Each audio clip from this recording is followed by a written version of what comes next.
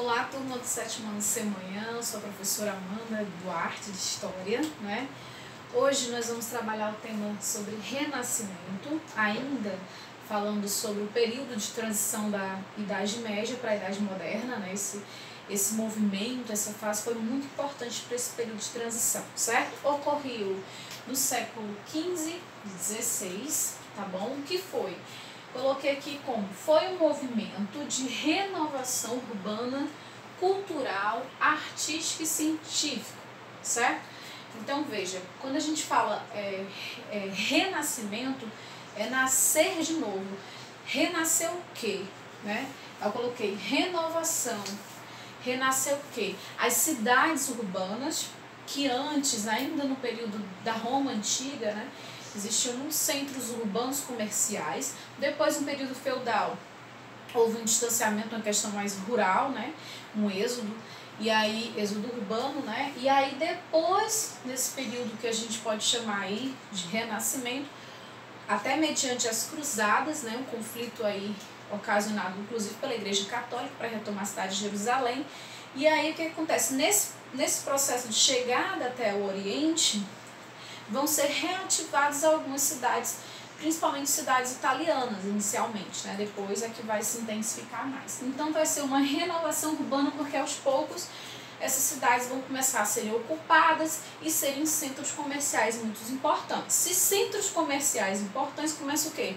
As pessoas que trabalham no comércio, elas começam a ganhar destaque, mais dinheiro, mais destaque, né? Que é o que? A classe burguesa. Ela está começando aí a se afirmar cada vez mais. E a tendência é que ela vá até o período que a gente chama de revoluções burguesas, que vão ser assunto que vocês vão estudar nos 8º anos. Revolução Francesa, Revolução Inglesa e as outras coisas, ok? Então vejam só.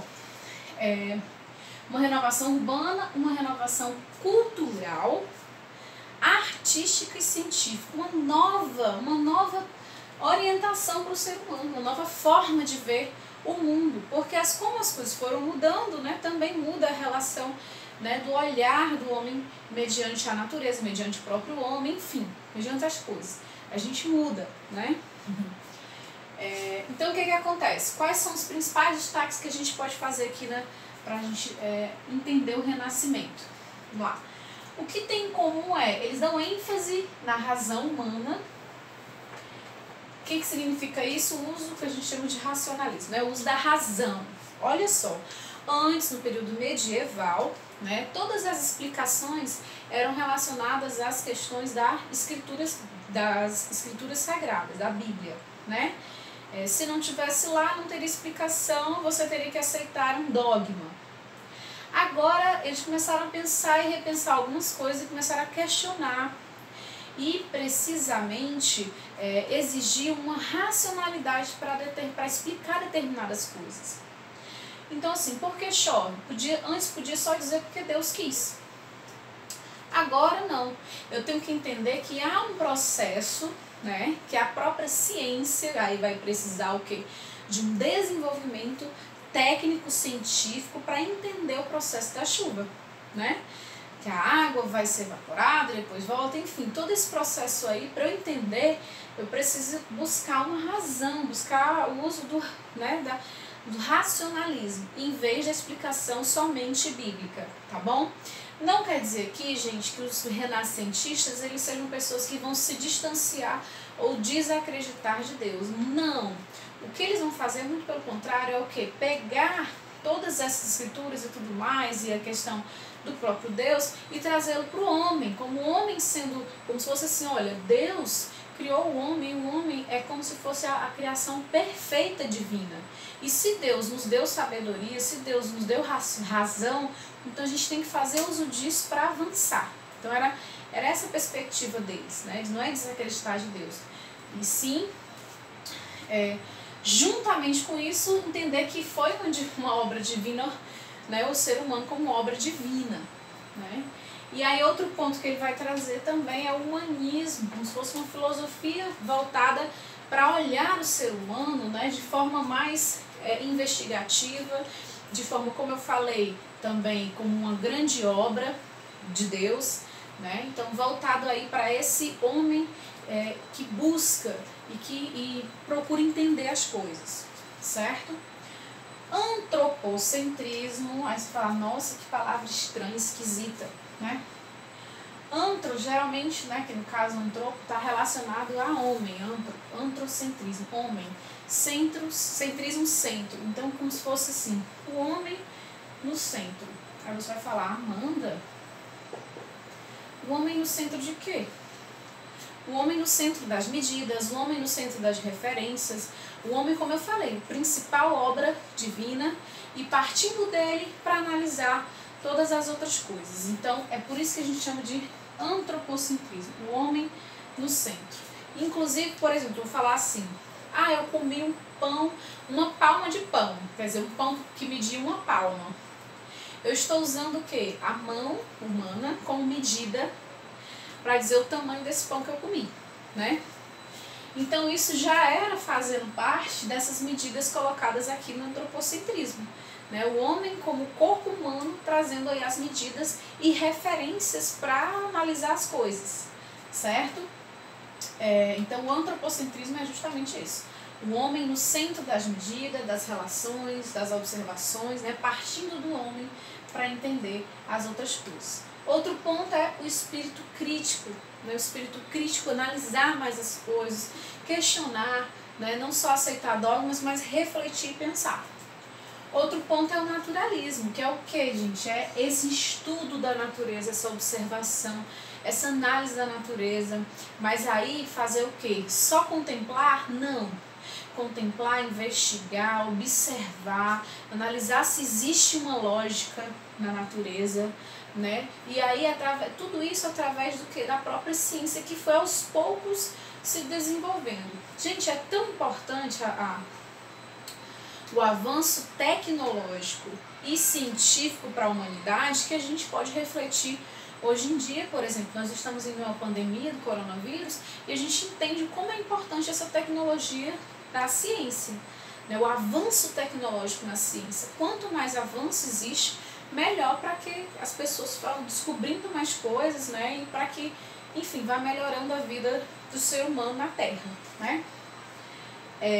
Então, todos esses fatores são destaques aí do Renascimento. Se antes, no período medieval, a igreja trazia, né, era a detentora do saber, ela que possuía também o centro artístico cultural, não vai ser mais só naquele espaço que vai ser produzida arte, ciência e tudo mais, vai ser também em outros espaços. Então, esses outros espaços vai possibilitar uma nova visão, porque você não vai estar mais tão vinculado assim à igreja.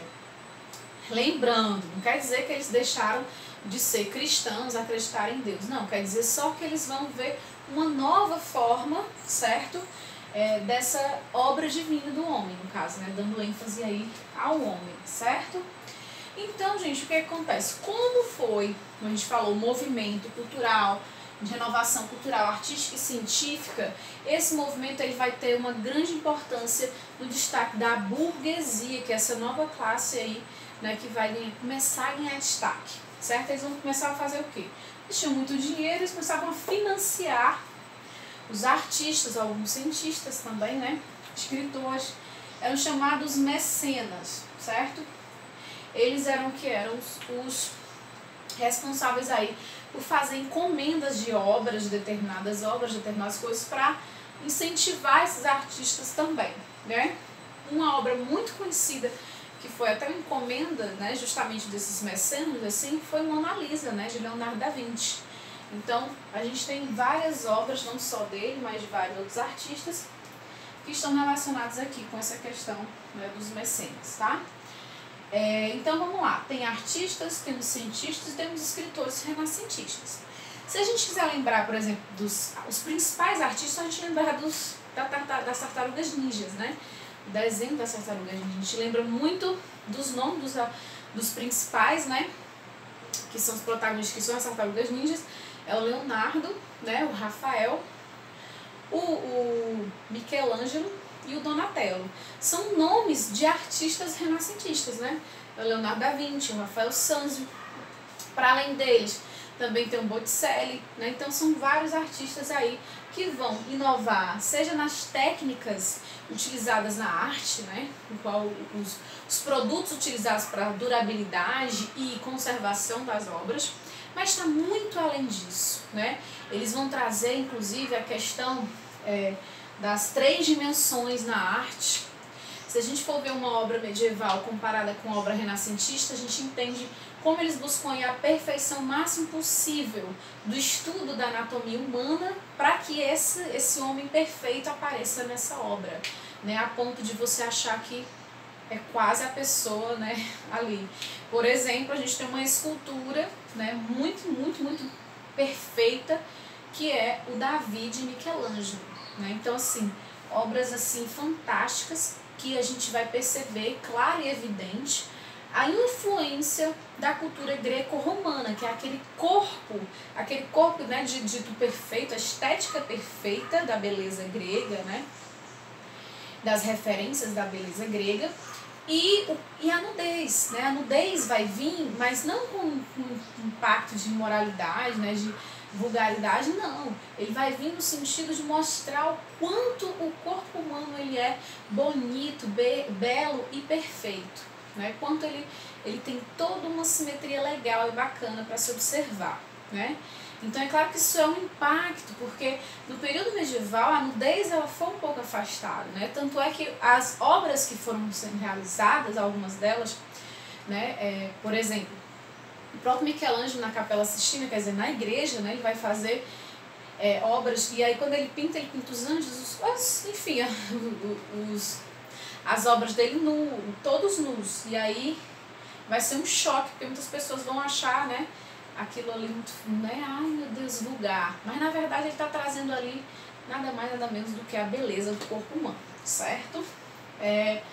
Cientistas, um dos principais, a gente pode destacar aqui o Galileu Galilei, influenciado pelas ideias do Nicolau Copérnico, né? Eles vão trazer novas perspectivas, porque o que acontece? Antes, ainda no período medieval, eles acreditavam que a Terra era o centro do universo, né? Todos os outros astros ficavam aí na órbita ao redor aí da Terra. Só que depois, né, até com observações e tudo mais, foi comprovado que, na verdade, o Sol que era o centro, né, e que os outros eram ao redor do Sol, né, inclusive a própria Terra. E aí o Galileu Galilei vai reforçar essa ideia de Nicolau, avançando, inovando na tecnologia, certo, com os telescópios e tudo mais. Ele vai criar um novo telescópio utilizando mais lentes para que vá com mais profundidade nas observações dos astros. Isso vai possibilitar uma nova visão. Então é uma coisa que estava muito na cara, no sentido de que tinha como comprovar. Só que a igreja, como possuía domínio ainda sobre o poder, entrou em muitos conflitos com esses caras, principalmente com os cientistas, né? O próprio Nicolau Copérnico ele foi punido por isso. Galileu Galilei também. Ele teve que viver toda a sua vida com a chamada prisão, né, domiciliar por toda a vida. Ele não podia divulgar as suas obras, né, enfim. Foi todo um processo de manipulação e domínio da igreja ainda sobre esses saberes, porque senão ia ser um impacto muito grande para toda a sociedade. Então, mas aos poucos isso foi mudando. Então o Renascimento foi o início desse processo de transformação, de visão sobre o mundo, né? Eu falei cientistas, tem escritores, vamos ter o Boccaccio, vamos ter Erasmo de Roterdã, Shakespeare, vamos ter o Luiz Vaz de Camões, tem vários, né, escritores que vão aí pensar e repensar a própria influência da igreja, o destaque e o início do destaque das monarquias, né? O Nicolau Maquiavel, por exemplo, trazendo uma racionalidade para poder governar um país, quer dizer, ele está pensando de forma racional, usando a razão, né, para que se pense como é que se estrutura, como é que o rei tem que se comportar, o que é necessário para ele se manter no poder. Isso é uma observação racional, né, sobre as relações políticas e sociais, certo? Pronto, então essas são algumas pessoas que eu citei, que inclusive a atividade dessa semana é você escolher um desses artistas, cientistas e escritores para você fazer uma breve biografia, né, para você entender melhor aí o que é que esses caras pensavam, de onde eles vinham, né? A gente pode ver muita influência italiana, até de Portugal também, com Vasco Camões, né, da Inglaterra, enfim, vai ser iniciar na Itália, mas vai se repercutir em outros centros urbanos, né, de outros países, certo? Gente, um fator muito importante, ainda nesse período, né, de transição, é na crise do feudalismo, crise, né, porque está em crise, está em decadência, né? Foi a peste negra, ou chamada peste bubônica, né, que é uma doença que ela é transmitida pela pulga do rato, ou pulga do rato infectado, né, no caso, ou então pela própria, depois que a pessoa está infectada, as próprias pessoas vão passando aí pelas suas salivas, né, pelo seu contato e tudo mais. Então, a peste negra ela devastou grande parte da população europeia, né? Ela foi um impacto muito grande na vida das pessoas e, assim, como não existia ainda o avanço técnico-científico para saber que existia ali uma bactéria, né? Tinha uma transmissão e tal, as pessoas não sabiam, então associavam muito a castigos divinos, né? Quando a pessoa pegava a doença e tal. Enfim, parte da população europeia foi dizimada, né? Dizem até um terço e tudo mais, né?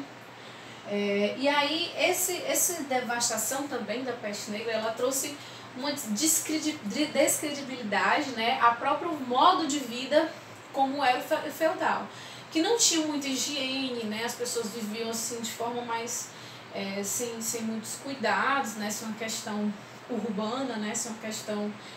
Aliás, as próprias cidades não tinham uma higienização, não tinha um processo, tudo legalzinho que a gente conhece hoje, né, com esgotos e tudo mais, né? A gente chama de saneamento básico. E isso aí vai dar mais também ênfase à participação e à atuação das monarquias, dos reis. Porque os senhores feudais eles vão começar a perder controle sobre determinadas coisas. Aí começa o quê? Os reis, até mesmo influenciados e bancados por alguns burgueses, pela classe burguesa, eles começam a ganhar destaque e ganham responsabilidade para que organizar aquela sociedade.